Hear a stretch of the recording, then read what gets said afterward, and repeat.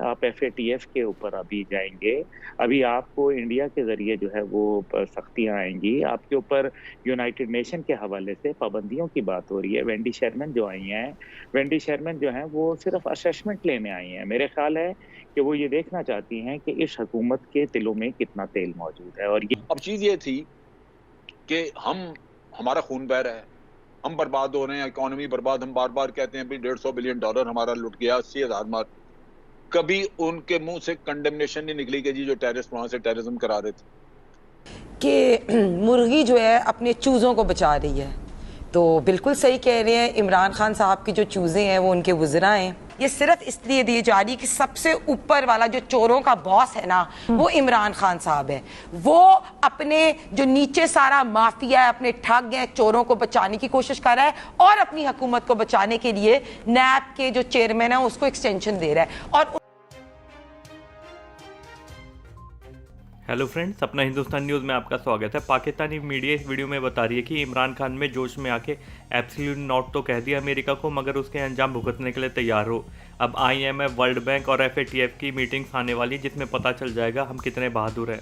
क्योंकि अमेरिका बिल्कुल तैयार बैठा है हमारा हाथ मरोड़ने के लिए, और इसके अंजाम हमें आगे जाके देखने को मिल जाएंगे। जिस तरीके से हमारा रुपया गिर रहा है डॉलर के मुकाबले, उससे पता चल जाता है कि इस समय पाकिस्तान की इकोनॉमी किस तरीके से काम कर रही है, और आगे जाके ये दिन और भी गंदे होने वाले हैं। और साथ ही साथ वो भारत को एंट्री करवाना चाहता है अफगानिस्तान के अंदर। इसके लिए वो ये सारी प्लानिंग कर रहा है, और भारत भी हमें पीछे से छोड़ेगा नहीं। और दूसरे वीडियो में इमरान खान के ऊपर फूट पड़ी है महिला स्टूडियो में बैठी हुई। उनका आरोप है कि इमरान खान ने देश में इतनी गरीबी कर दी है कि रेट आसमान छू हैं। गरीब लोगों के पास 2 वक्त की रोटी नहीं है, और एक ऊपर बैठ के अपने मंत्रियों को बचा रहे हैं। इसके अलावा इसके पास कोई काम नहीं है, और पूरी दुनिया में इस समय पाकिस्तान की जगहसाही हो रही है। आगे देखते हैं फ्रेंड्स इस वीडियो में क्या होता है। FATF, world bank, United Nations, आपको पता है सब उसके अंडर है। आपको याद होगा कि शाह महमूद कुरैशी साहब ही वो वजीर खारजा थे जिन्होंने ड्रोन हमलों की इजाज़त दी थी मादी की हुकूमत में, जब वो वजीर खारजा थे। और ये सारी जो एब्सोल्युटली यस की पॉलिसी थी वो चल रही थी। अब हमें एब्सोल्युटली नॉट सिर्फ एक हवाले से बात हुई है, और उसको हमने मेरे ख्याल में इतना पोलिटिसाइज किया है कि हम समझ रहे हैं कि पता नहीं क्या बहुत बड़ा हमने कमाल कर दिया है या हमने क्या कर दिया है। आप फाइनेंशियल आर्म ट्विस्टिंग है, आप एफएटीएफ के ऊपर अभी जाएंगे। अभी आपको इंडिया के जरिए जो है वो सख्तियां आएंगी आपके ऊपर।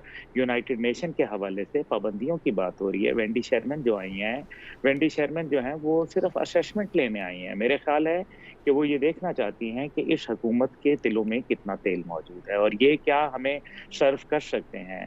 आप याद रखें कि जब एक जो खतरनाक जानवर होता है, जब वो जख्मी हो जाता है तो वो ज्यादा खतरनाक हो जाता है और वो बड़ा विशस हो जाता है। तो इसलिए मेरा ख्याल है कि हमें बड़ा फूंक लेकिन फूंक के गुल कदम साहब, रखना हमारे पास पड़ेगा। बहुत सारे उनके पास, आपको जिस तरह से हुमा बकाई साहिबा कह रही थी कि स्क्रू टाइट करने के लिए हमारे उनका जो पास बहुत सारे टूल्स हैं हमारे लिए। मसला ये है कि आपका कल डॉलर जब 200 रुपए के ऊपर टच करेगा और आपकी इकोनॉमी से बां होगी, और आईएमएफ और जिस तरीके से अब आपने बिजली गैस 250% जो है पिछले 3 सालों में कीमतें गैस की बढ़ चुकी हैं, इसी तरह बिजली की है, फ्यूल प्राइसेस हैं। तो ये अमेरिका आपको जो प्रेशराइज करेगा, हर तरह से उनके टैक्टिक्स हैं वो यूज करेगा। आपके मिलिट्री आर्मामेंट जो है उसके अंदर भी वो आपको प्रेशराइज कर सकता है। जिस तरह से आपको याद है प्रेस्लर तरमीम के अंदर उसने हमारे F-16 देने से इनकार कर दिया। अभी भी जो पाकिस्तान के खिलाफ 22 सेनेटर्स के जो अभी आपने देखा वो बिल वगैरह पेश हुआ, उसके हवाले से अब कोई एक नया सेनेटर का नाम आ जाएगा और एक अमेंडमेंट जो है वो आपके ऊपर लागू कर दी जाएगी। अब ऑप्शंस क्या है? ऑप्शंस ये हैं कि आपको जो है वो ज्यादा करीब जाना पड़ेगा चाइना के, और चाइना के साथ एक पेज के ऊपर अफगानिस्तान के हवाले से और सेंट्रल एशियन रिपब्लिक्स के साथ आपको एक पॉलिसी मुरतब करनी पड़ेगी। अमजद शेख साहब से पूछूंगा। अमजद साहब, आप समझते हैं कि अमेरिका इस मामले पर हमारे स्क्रू भी टाइट कर सकता है, अपनी मनमानी हमसे करा भी सकता है, जो वो चाहता है, जो उसके मकासद हैं? क्योंकि एक मुआहदा जो कि हुमा बकाई साहिबा कह रही है मौजूद है, 2001 में हुआ था। देखिए, ये चीजें सारी मौजूद हैं, लेकिन हमें 2 चीजों से सबक भी सीखना चाहिए। एक तो ये कि अमेरिका हमेशा एक अनरिलायबल पार्टनर रहा है। अब भारत में भी जो रोना है वो यही है कि जब अमेरिका ने फैसला कर लिया अफगानिस्तान से निकलने का, तो फिर उन्होंने मुड़ के नहीं देखा कि भारत के साथ क्या हो रहा है या बाकी नेटो वेटो वाले क्या कर रहे हैं। वो निकल गए। हमें रिटर्न में क्या मिला? जो हमारा नंबर 1 एनिमी था भारत, उसने इन्वेस्टमेंट कर दी सारी उधर, फैसिलिटेट किया और पाकिस्तान में उठा दिया, और हमारा इन्वेस्टमेंट तो इन्होंने बहाने के तौर पे कराई ना कि ये यहाँ पे, लेकिन उन्होंने उनको इनवाइट तो कर लिया। उसके बाद उन्होंने जो आपके ट्रंप के पीरियड में उन्होंने अपनी साउथ एशिया पॉलिसी इशू की, उसमें उन्होंने वादे कहा कि साउथ एशिया में, अफगानिस्तान में अब सिर्फ भारत होगा, हम चले भी जाएं तो भारत को वहां पे उन्होंने रखना है। भारत उनकी पॉलिसी में एक पिवट बन गया यहाँ एशिया के लिए।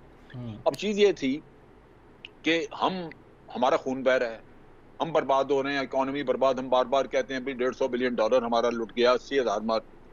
कभी उनके मुंह से कंडेमनेशन नहीं निकली कि जी जो टेररिस्ट वहां से टेररिज्म करा रहे थे। हमारी आलिया ने ना बड़ी अच्छी एनालॉजी इमरान खान साहब के लिए यूज़ की कि मुर्गी जो है अपने चूज़ों को बचा रही है।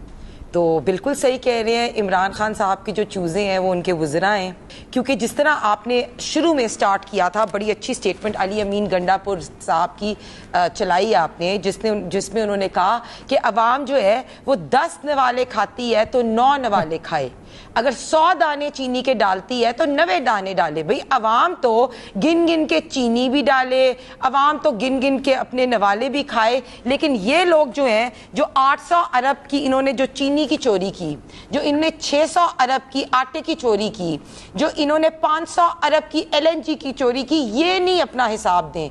आपने अभी बात की कि वीट को एक्सपोर्ट कर दिया, चीनी को एक्सपोर्ट कर दिया जब हमारे मुल्क में किल्लत थी, तो फिर अगर ये ना ये सब कुछ करते तो ये अरबों रुपए कैसे बनाते? तो ये सवाल इनसे इसीलिए है कि इन्होंने जो 800 अरब चीनी में बनाए, 600 अरब आटे में, 122 अरब LNG में, 126 अरब BAT के प्रोजेक्ट और 500 अरब अद्वियात में, तो अगर ये सब कुछ ना करते तो ये पैसे कैसे बनाते? और दूसरी बात मैं ये करूंगी कि मैंने ना आज एक रेट लिस्ट निकाली है और ये अपने शो पे ये दिखाएं कि ये जो PMLN के टाइम पे जो चीनी थी 55 रुपीज पर किलो थी, अब 110 रुपए की है। ये आटा 35 रुपए का था, अब 70 का है।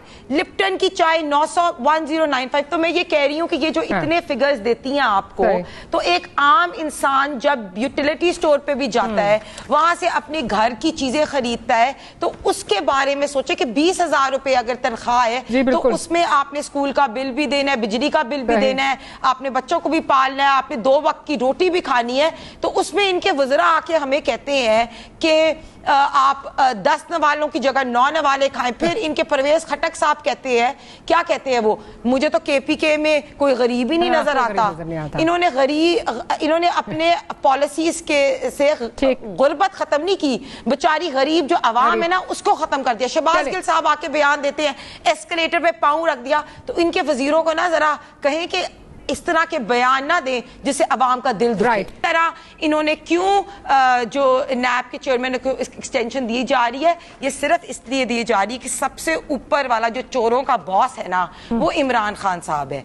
वो अपने जो नीचे सारा माफिया है, अपने ठग हैं, चोरों को बचाने की कोशिश कर रहा है और अपनी हुकूमत को बचाने के लिए नैब के जो चेयरमैन है उसको एक्सटेंशन को पता है कि अब जो है ये इनकी जो है ना एहतसाब का टाइम आ गया, इनका वक्त भी खत्म हो गया। तो बहुत ही जल्दी ना ही तो हम नैब के चेयरमैन को एक्सटेंशन देने देंगे, ना ही ये ऑर्डिनेंस पास होने देंगे। और ये जो चैलेंज हो गया और हाई कोर्ट में चैलेंज भी हो गया, चोरों के, चीनी चोरों के ये 800 अरब जो इन्होंने चीनी में कमाए हैं, इनके माफिया में 600 अरब जो इन्होंने आटे में कमाए और 500 अरब जो इन्होंने अद्वियात में कमाए, उनको हमने वही बात है।